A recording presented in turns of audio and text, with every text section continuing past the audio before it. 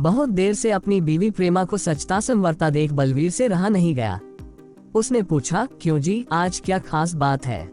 देखो जी, कहते हुए प्रेमा उसकी ओर पलटी। उसका जूड़े में फूल खोसता हुआ हाथ वहीं रुक गया। आपको कितनी बार कहा है कि बाहर जाते समय टोका-टाकी न किया करो। फिर भी आज मुझे जनप्रतिनिधि की ट्रेनिंग लेने जाना है। प्रेमा ने जूड़े में फूल खोंस लिया। उसके बाद उसने माथे पर बिंदिया भी लगा ली। अरे हाँ, बलवीर को भी याद आया, कल ही तो चौधरी दुर्जन सिंह ने कहलवाया था कि इलाके के सभी जनप्रतिनिधियों को ब्लॉक दफ्तर में ट्रेनिंग दी जानी है। उसने होठों पर जीभ फिरा कर कहा, प्रेमा जरा संभल कर, आजकल हर जगह का माहौल बहुत ही खराब है। कहीं जानती हूँ, प्रेमा ने मेज से पस उठा लिया, अच्छी तरह से जानती हूँ। देख लो, बलवीर ने उसे चेतावनी दी, कहीं दुर्जन सिंह अपनी नीचता पर न उतर आए। अजी कुछ ना होगा, कहकर प्रेमा घर से बाहर निकल गई। प्रेमा जब 7वीं क्लास में पढ़ा करती थी, तभी से वह देश की राजनीति में दिलचस्पी लेने लगी थी। शादी के बाद वह गांव की औरतों से राजनीति पर ही बातें किया करती। कुरेद कर वह लोगों के ख्याल जाना करती थी। इस साल के पंचायती चुनावों में सरकार ने औरतों के लिए कुछ रिजर्व सीटों का ऐलान किया था। प्रेमा चाहकर भी चुनावी दंगल में नहीं उतर पा रही थी। गांव की कुछ औरतों ने अपने नामांकन पत्र दाखिल करा दिए थे। तभी एक दिन उसके यहाँ दुर्जन सिंह आया और उसे चुनाव लड़ने के लिए उकसाने लगा। इस पर बलवीर ने खींचते हुए कहा था, नहीं चौधरी साहब, चुनाव लड़ना अपने बूते की बात नहीं है।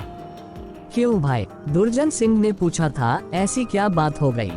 हमारे पास पैसा नहीं है न, बलवीर ने कहा था।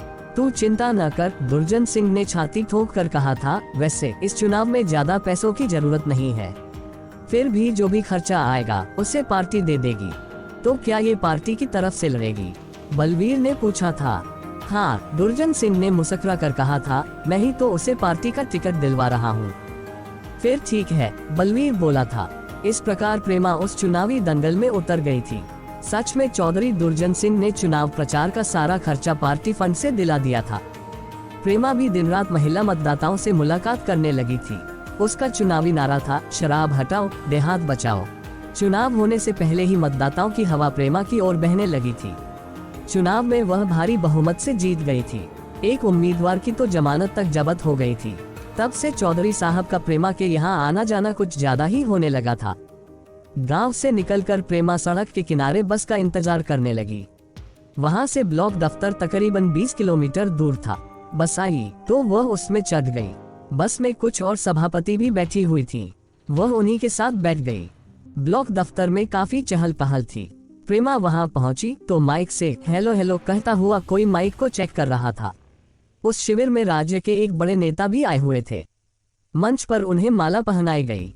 उसके बाद उन्होंने लोगों की ओर मुखातिब होकर कहा, भाइयों और बहनों, आप लोग जनता के प्रतिनिधि हैं। यहाँ आप सबका स्वागत है। तजर्बेकार सभासद आपको बताएंगे कि आपको किन किन नियमों का पालन करना है। इस शिविर में आप लोगों की मदद यही तजर्बेकार जनप्रतिनिधि किया करेंगे। आपको उन्हीं के बताए रास्ते पर चलना है। प्रेमा की नजर मंच पर बैठे चौधरी दुर्जन सिंह पर पड़ी। वह खास सभासदों के बीच बैठा हुआ था। समारोह खत्म होने के बाद दुर्जन सिंह प्रेमा के पास चला आया। उसने उससे अपनेपन से कहा, प्रेमा जरा सुन तो। जी, प्रेमा ने कहा। दुर्जन सिंह उसे एक कोने में ले गया। उसका हाथ प्रेमा के कंधे पर आते आते रह गया। उसने कहा, कल तुम मुझसे मेरे घर पर मिल लेना, मुझे तुमसे कुछ जरूरी काम है। जी, कहकर प्रेमा दूसरी औरतों के पास चली गई। ट्रेनिंग के पहले ही दिन इलाकाई जनप्रतिनिधियों को उनके फर्ज की जानकारी दी गई। राज्य के एक बूढ़े सभासद ने बताया कि किस प्रकार सभी सभासदों को सदन की गरिमा बनाए रखनी चाहिए। उसके बाद सभी चाय नाश्ता करने लगे। दोपहर बाद प्रेमा ब्लॉक दफ्तर से घर चली आई। उधर दुर्जन सिंह को याद आया कि जब पहली बार उसने प्रेमा को देखा था, उसी दिन से उसका मन डगमगाने लगा था।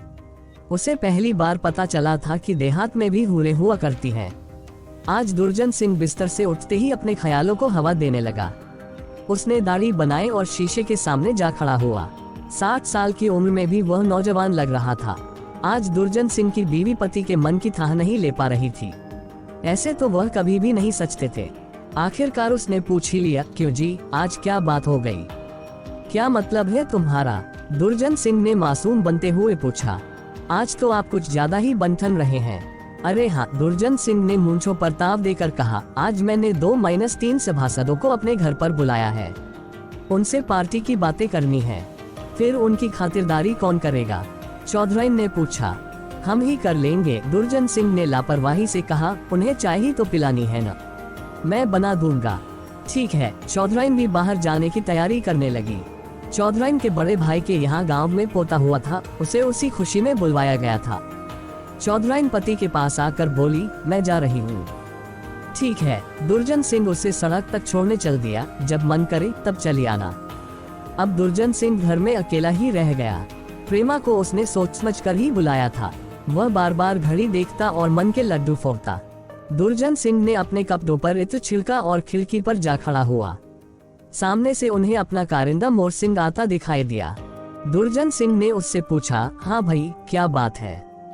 मालिक, कारिंदे ने कहा, कल रात जंगली जानवर हमारी फसल को बर्बाद कर गए। वह कैसे? वे मक्के के खेतों को नुकसान पहुंचा गए हैं, मोर सिंह ने बताया। मैंने बहुत हाक लगाई, तब जाकर कुछ फसल बच पाए। तू इस समय चला जा, दुर्जन सिंह ने बात को टालते हुए कहा। इस समय मेरे पास कोई खास मेहमान आने वाला है, मैं कल आऊंगा। ठीक है मालिक, मोर सिंह हाथ जोड़कर चल दिया। अब दुर्जन सिंह था और उसकी कुलबुलाती ख्वाहिशें थी। वह वहीं आंगन में एक कुर्सी पर बैठ गया और आंखें मूंदकर प्रेमा की छवि को अपनी आंखों में भरने लगा। चूड़ियों की खनक से दुर्जन सिंह ने अपनी आंखें खोली। सामने हूर की तरह खूबसूरत प्रेमा खड़ी थी। वह मुस्कुराते हुए बोला, आ प्रेमा, तेरी लंबी उम्र है। मैं अभी अभी तुझे ही याद कर रहा था। और सुना? दुर्जन सिंह उसकी ओर घूम गया। शिविर में तुमने कुछ सीखा या नहीं? बहुत कुछ सीखा है मैंने चौधरी साहब, प्रेमा ने हंसते हुए कहा। मैं चाहता हूँ कि तुझे मैं एक दबंग नेता बना दूं। दुर्जन सिंह उसके आगे चारा डालने लगा। जी, प्रेमा बोली। दुर्जन सिंह ने कहा, ये सब सिखाने वाले पर ही निर्भर करता है। जी, देख प्रेमा, दुर्जन सिंह ने चालबाजी से कहा, सोना भी आग में तपकर ही चमका करता है। जी, आ अंदर चलकर बातें करते हैं। इतना कहकर दुर्जन सिंह कुर्सी से उठ गया। चलिए, कहकर प्रेमा भी उसके पीछे पीछे चल दी। बैठक में पहुंचकर दुर्जन सिंह ने प्रेमा को सोफे पर बैठा दिया और उसे एक बहुत बड़ा एल्बम थमा दिया। तब तक तू इसे देखती रह। मैंने जिंदगी में जो भी काम किया है, इसमें उन सभी का लेखा जोखा है। तुझे बड़ा मजा आएगा। आप भी बैठिए न, प्रेमा ने कहा। मैं तेरे लिए चाय नाश्ते का इंतजाम करता हूँ, दुर्जन सिंह ने कहा। चौधराइन जी नहीं है क्या? प्रेमा ने पूछा। अचानक ही आज उसे मायके जाना पड़ गया, दुर्जन सिंह ने बताया। दुर्जन सिंह रसोई घर की ओर चल दिया। प्रेमा एल्बम के फोटो देखने लगी। तभी दुर्जन सिंह एक बड़ी प्लेट में ढेर सारी भुजिया ले आया और उसे टेबल पर रख दिया। साथ ही दुर्जन सिंह ने टेबल पर 2 गिलास और एक बोतल दारू रख दी। उसे देखकर प्रेमा बेधक पड़ी। आप तो, अरे भाई, यह विदेशी चीज है, दुर्जन सिंह मुस्कुरा दिया। ये लाल परी मीठा मीठा नशा दिया करती है। तो आप शराब पिएंगे? प्रेमा ने तल्खी से पूछा। मैं कभी भी ले लेता हूँ, दुर्जन सिंह गिलासों में शराब उड़ेलने लगा। ये तो अच्छी बात नहीं है चौधरी साहब, प्रेमा नाक सिकुड़ते हुए बोली। प्रेमा रानी, इतना कहकर दुर्जन सिंह का भारी भरकम हाथ प्रेमा के कंधे पर आ लगा। प्रेमा ने उसका हाथ झड़क दिया और बोली, आप तो बदतमीजी करने लगे हैं। दुर्जन सिंह ने शराब का घूंट भर कर कहा, इसे पीकर मैं तुम्हें ऐसी बातें बताऊंगा कि तुम भूल नहीं पाओगी। रातों रात आसमान को छूने लगोगी। प्रेमा चुप ही रही।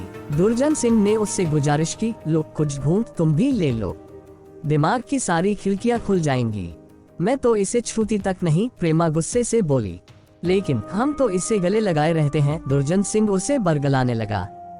प्रेमा ने नफरत से कहा, लानत है ऐसी जिंदगी पर। देख, दुर्जन सिंह के हाथ उसके कंधों पर फिर से जा लगे। तू मेरा कहा मान, मैं तेरी राजनीतिक जिंदगी संवार दूंगा। इतना सुनते ही प्रेमा दहाड़ उठी। आप जैसे पिता की उम्र के आदमी से मुझे इस तरह की उम्मीद नहीं थी। मगर तब भी दुर्जन सिंह के हाथों का दबाव बढ़ता ही गया। प्रेमा शेरनी से बिजली बन बैठी। उसने एक ही झटके में चौधरी के हाथ एक और झटक दिए और दहाड़ी, मुझे मालूम न था कि आप इतने गिरे हुए हैं। दुर्जन सिंह खिसियाए आवाज में बोला, राजनीति का दलदल आदमी को दुराचारी बना देता है।